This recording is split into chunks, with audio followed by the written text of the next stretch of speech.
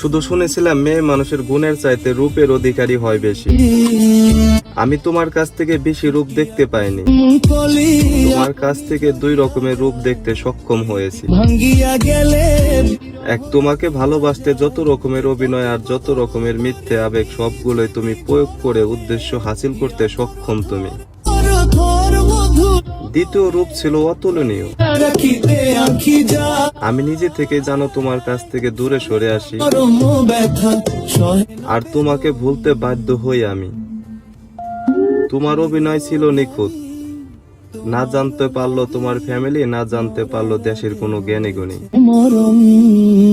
শ্রদ্ধা করি আমি, তুমি একজন বহুরূপী, আর সম্মান করি আমি, তুমি নিজে একজন নিখুঁত অভিনেত্রী।